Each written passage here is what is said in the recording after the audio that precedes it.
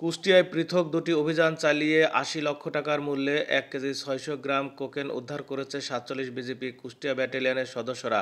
সোমবার দুপুরে ৪৭ বিজিবি কুষ্টিয়া ব্যাটালিয়নের অধিনায়ক লেফটেন্যান্ট কর্নেল মোহাম্মদ মাহবুব মোর্শেদ রহমান পিএসসির স্বাক্ষরিত প্রেস বিজ্ঞপ্তিতে এই তথ্য জানানো হয়।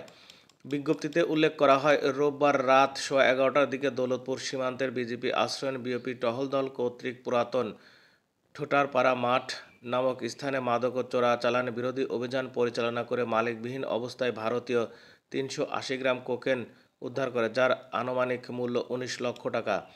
অপরদিকে সোমবার বেলা 11টার দিকে ৪৭ বিজিবি কুষ্টিয়া ব্যাটালিয়নের বিশেষ টহল দল মিরপুর রেল স্টেশনে রহনপুর হতে খুলনাগামী মহানন্দা এক্সপ্রেস মেল ট্রেন থেকে মালিকবিহীন অবস্থায় ভারতীয় ১ কেজি ২২০ গ্রাম কোকেন উদ্ধার করে, যার আনুমানিক মূল্য ৬১ লক্ষ টাকা।